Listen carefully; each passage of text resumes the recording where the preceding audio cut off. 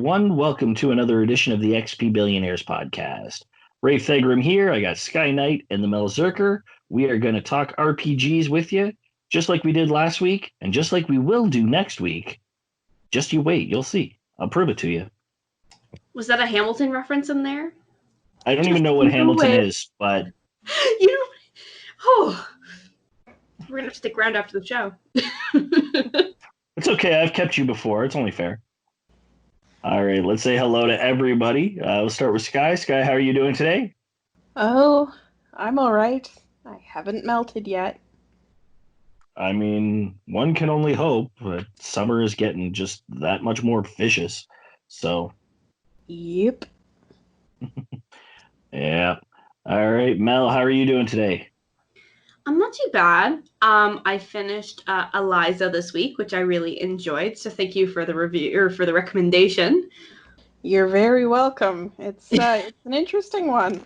It is. As somebody who works in like the mental health field, there's a lot of like perspectives that the different characters take that are like real conversations I've had that really go to some like deep-seated problems and like whether we go, upstream interventions or downstream. So I was really impressed by the amount of detail that they did to the characters and the concepts they were discussing.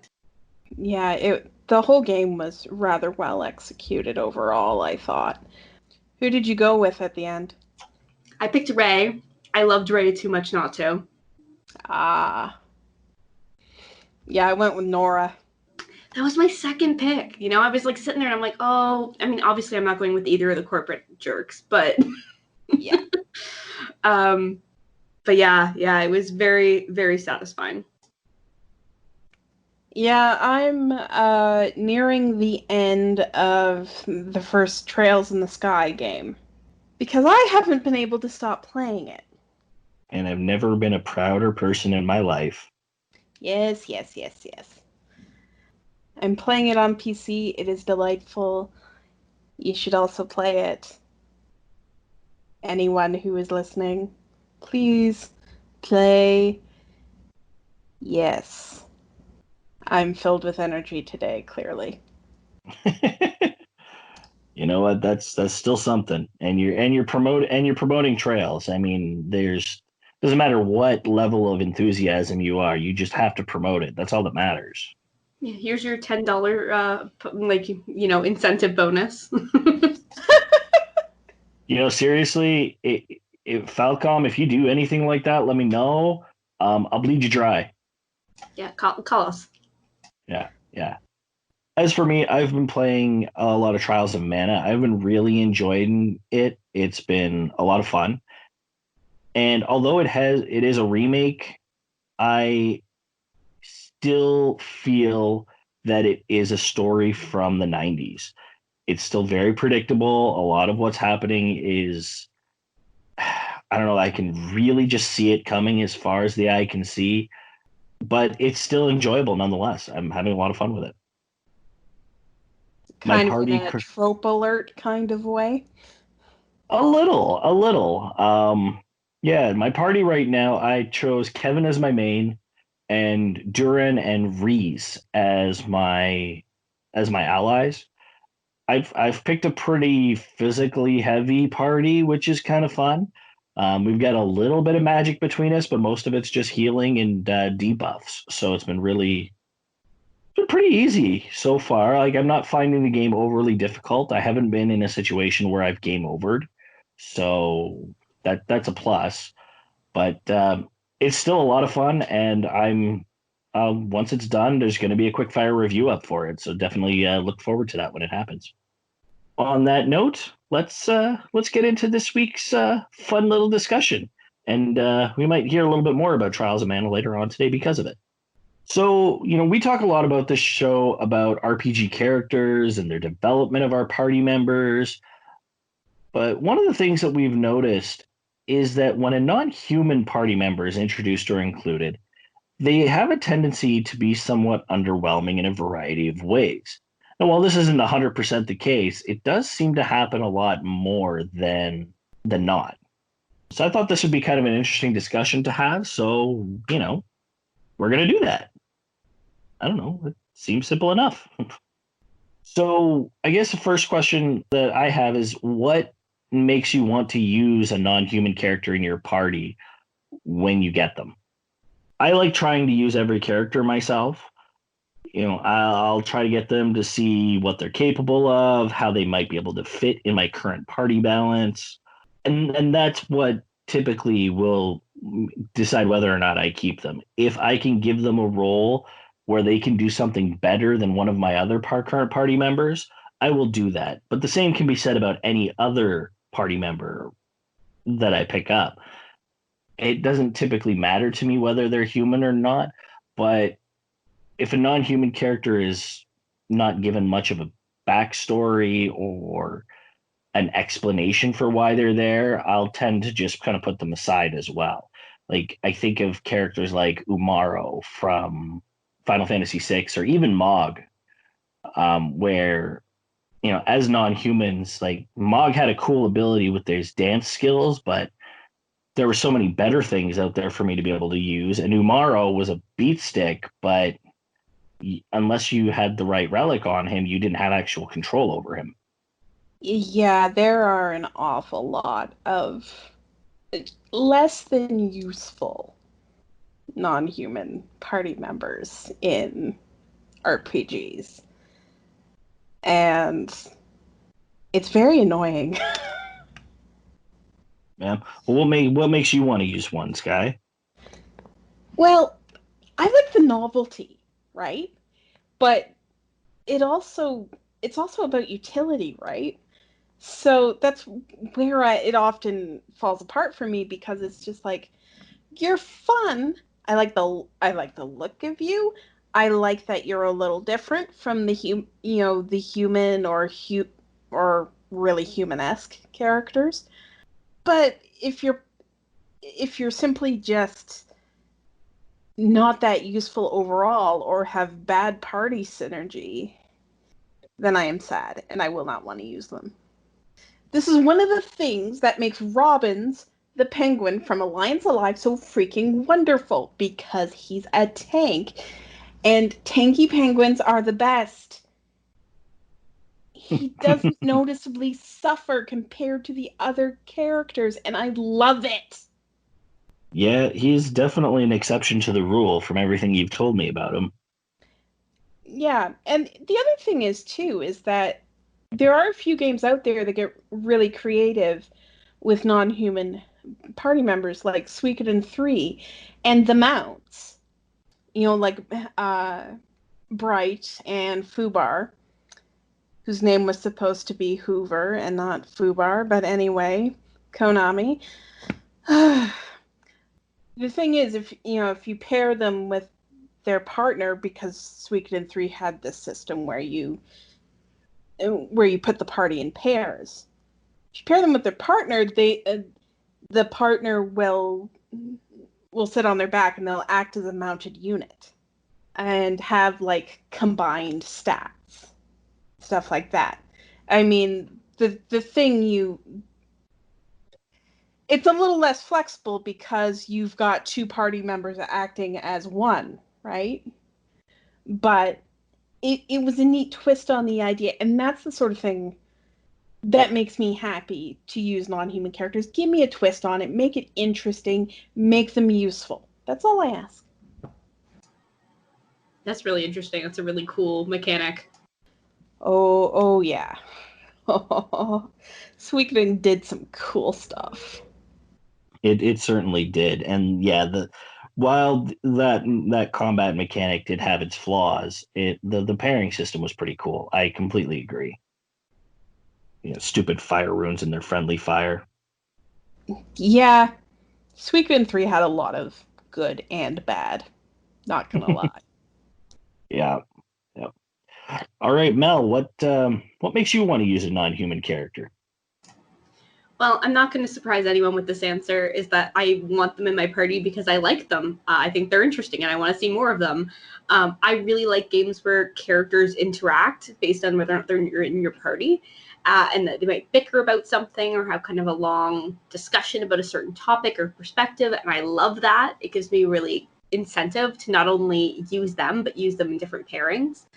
But like, I want to understand why they're different, right? They're not just a new weapon. They're not just a new, it's not like you're just filling out your repertoire, right? Like, I want to know what makes them different, what makes them make sense for their race, right? Like, if they're going to play a whole different species, you probably have a lot of different ideas and a lot of different designs of what you do. Like, you're a spacefaring race and you've always been in space, and then you use guns. Like, I want to see how you grew. Like, how did your race change? What are the things you do and don't do?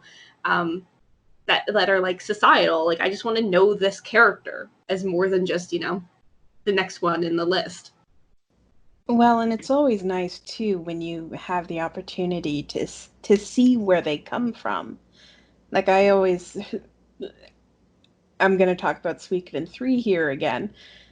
One of the cool things about the duck people, though they weren't the best party members typically, but one of the cool things about the duck people is they lived in this lovely little village, which was basically built on boardwalks in a swamp. And it's just like, well, if ducks were going to build a village, this kind of makes sense. And then, it was all the little details too, like how the ducks would have like fish carved into the axes that they used.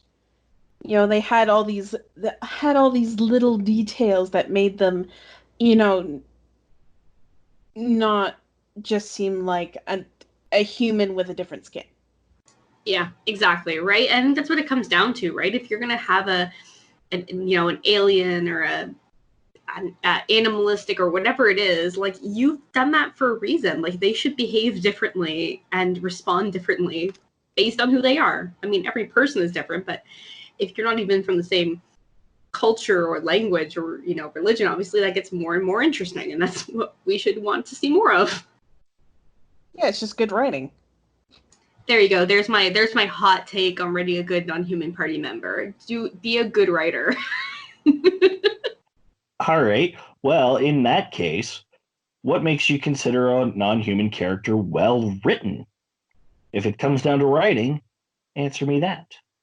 And if you don't, I will. No. Oh man, I walked into that one, didn't I? little bit. That was awesome. But I don't know, for like in a case like that, I think for him to be a non-human character to be well written, I think the writer needs to understand that this character is not human. And one of the easiest ways to show that is through natural combat prowess. So, for example, if you have something like a beast type character, he doesn't need to use standard weapons. If it's like a more wolf-like creature, for example, just have them beat the shit out of their enemies with their hands, go claws. If they have fangs, give them a solid bite attack. Could this creature have a breath weapon of some sorts? Like, hell yeah, I want to see that. Or like, let's take a robot character. This thing is a robot. What is he built with? Does he have, say, thrusters that allows him to move at better speeds? Does he, can he have a really awesome looking charge attack? Something like that. Understanding what the non-human is and what it's capable of, rather just being like, okay, here's a beast man, let's put an axe in his hand and go from there. It's like, dude, I don't need this axe. Give me something better. Give me something that I was built with. Give me a mace that I can attach to my tail so I can whip it across someone's face. Exactly. Like, I don't know if anyone's ever had kind of nail extensions put on, but like, if you're a cat person, you almost always have super long nails. And like, it's not easy to be grabbing stuff. Why are you carrying this thing around? It makes zero sense. Slash him in the face. Yeah, exactly. Like, we get too caught up in, our assumptions about what an RPG party looks like. That game developers don't necessarily stretch those ideas to their natural conclusions. Well, that's exactly it. Like, I can criticize Rogue Galaxy for that. As much as I love that game, like, Digo was an axe wielder, but he was a dog human with a prosthetic arm. Now, the prosthetic arm did have a subweapon in it, which was great. They got that part down. But he was also this big, beefy guy. He could have just beat you to death. He could have tore your arms off and beat you to death with them. Like, that is what it is. I mean, Jupus was a scrawny little alien guy. Yeah, he probably would have needed weapons in order to survive. I can completely believe that. But he also did have a breath weapon special ability. He had to eat a hot pepper to do it, but hey, it still worked. That was amazing. That's well, one of the cool things about Jupus, and this will get into my response here, is that he was really distinct from the human characters. Like he wasn't just he was blue. He was really small. He had this strange alien voice, like this really, I don't know if screechy is the right word for him, but it's close. I believe it. Yeah, it's not a pitch that you would normally hear people talk in. Let's put it that way. And it made him seem like really distinct from the human characters in a way that didn't really happen with, say, Deco. And that's just it. Like you want them to be really truly distinct from humans. Let's see a little bit about their cultures and traditions, or at the very least give them some visual quirks that actually affect what they do. And I really get excited by characters who aren't especially humanoid, say like Muppy and Manakemia, who's a really goofy character. But on the other hand, he's this little pink thing in a spaceship. Like, how on earth did they think of Muppy? Like, he's so ridiculous, but so awesome. And he's a useful party member at the same time. So they really need to, in a lot of cases, put more development into those non-human characters and think through the features they give them and, make them not only look different, but behave different. We weirdly exalt humanity as a thing. And it doesn't make any sense, particularly in a fantasy world where where there's non-human sentient races. And yet somehow humans are the ones of most importance. That can be the case, but I don't think it's reasonable that it's always the case. And it would be much more interesting to imagine yourself in a non-human skin, so to speak, and still be able to relate to the experience. I think that's much more interesting than just playing human male teenager X all the time. That's very fair. Yeah. All right, Mel, what are your thoughts on all this? I mean, I've got to agree. Like, I mean, they have to be different in some meaningful way.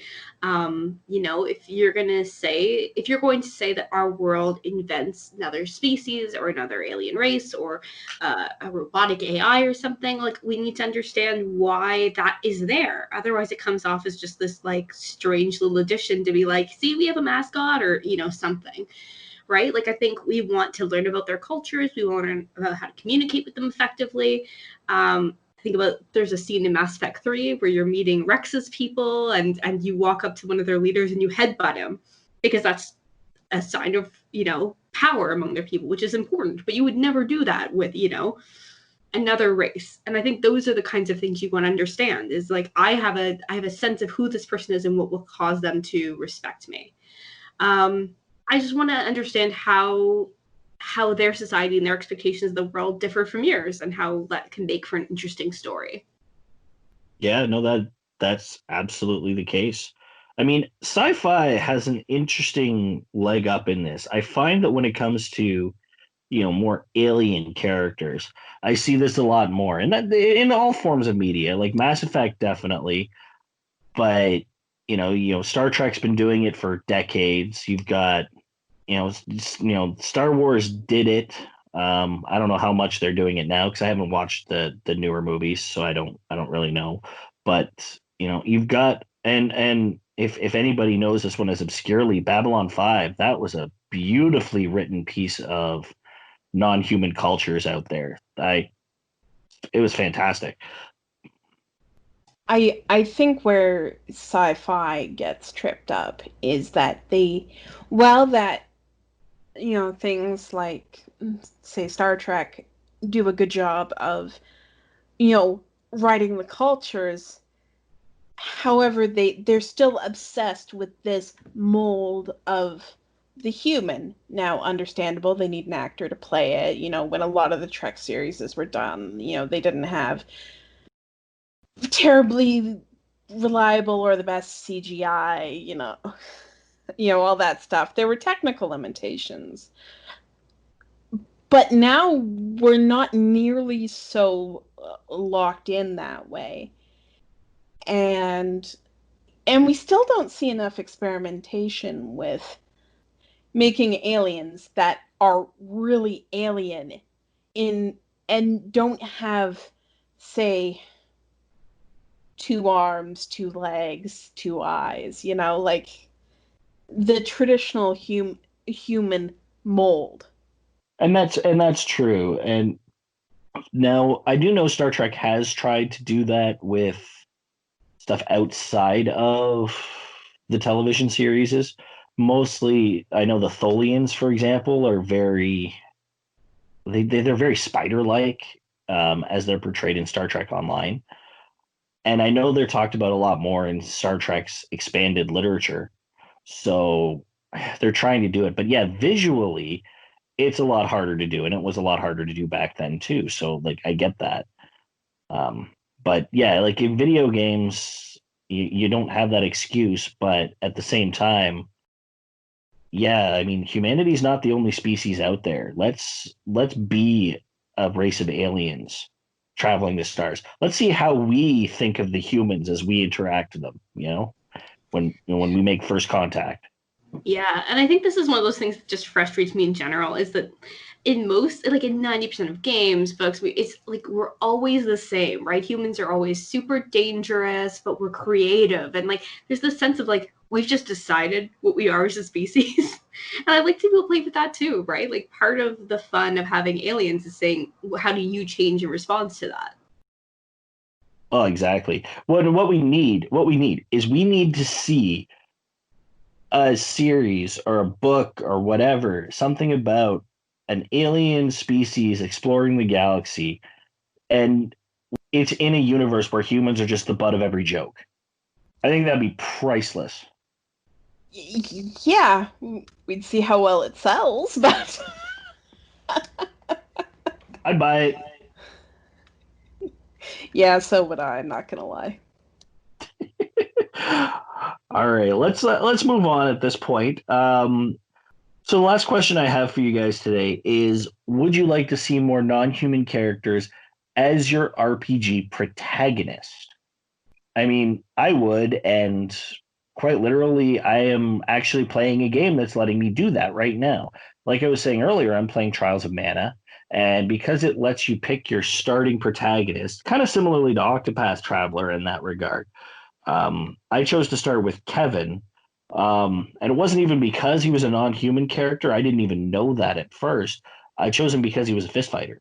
And I tend to like fist fighters or scythe wielders when it comes to my video games. And well, there wasn't a scythe wielder in this game, so too bad. But Kevin is actually a beast person, and he's got a really interesting gimmick with his game. During the daytime, he's a much more human-like character, and he's fighting with knuckle weapons and martial arts. But at night, when the game transitions to night mode and combat ensues, he basically transforms into the equivalent of a werewolf. And his fighting style, while still similar, he's no longer using his weapons. He's just clawing the shit out of you with his hands and feet. and because he's changed forms as well, he actually gets a damage increase while he's out at night. So, it's showing this difference in his two forms, making it less of an aesthetic change and more of a practical one. And I like that, and I want to see more of this. I'd like to see another game that does that. All right, Sky, what would you like to see or would you like to see some more non-human characters? As protagonists, absolutely. I would really like to see developers stretch their legs into new, more inventive territory this way.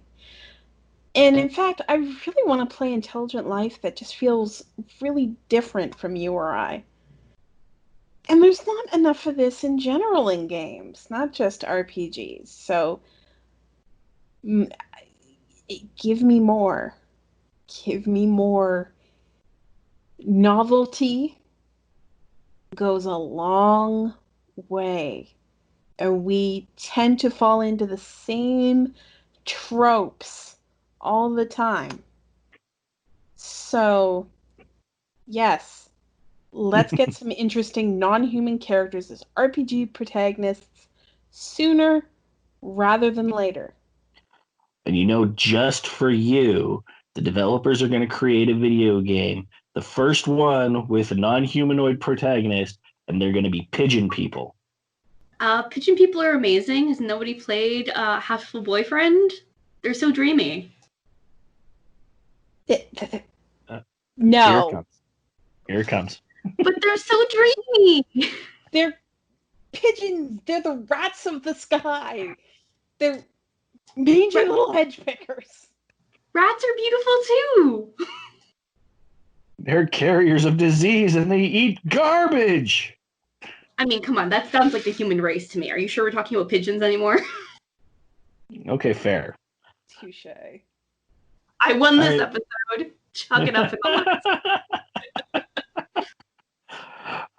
All right. Well, on that note, you can give us your thoughts now. You can tell us, would you like to see more non-humans? Yes, I'm tired of boring humans. I see them every day. They continue to bore me. Like I said, I want to see non-humans. I want to see where humans are the minority and we're put in our place. I like playing like AIs and aliens and animal hybrids. Like, it's really fun to explore their people. And I think we need to challenge some of the tropes that we use, like how many times do we have that AI that just views humanity as its parents, but it's like, well, I'll take good care of you. We've done it. Let's try something else. See what else is out there. One of the quickfire reviews I have on the site is for Observation, which is not really an RPG, but it's a really cool game where you play as an AI in a ship and you have a relationship with the person who's surviving on the ship, and it's really, really good. I've been playing a lot of games actually recently. In Other Waters as well, you play an AI, and there's just really cool stuff when you don't have a physical body that changes how you play as the main character, and that's really fun. And that's something that we don't really think about a lot of the time, is that when we talk non-human, we don't have to talk non-human humanoid. Once you eliminate the humanoid factor, that's where things become almost limitless because you have direct control over your creation. So be creative. I think that's the moral of the story. So on that note, I think we're going to let it wrap it up here. Yeah, lots of different options available for things you guys can talk to us about this time around.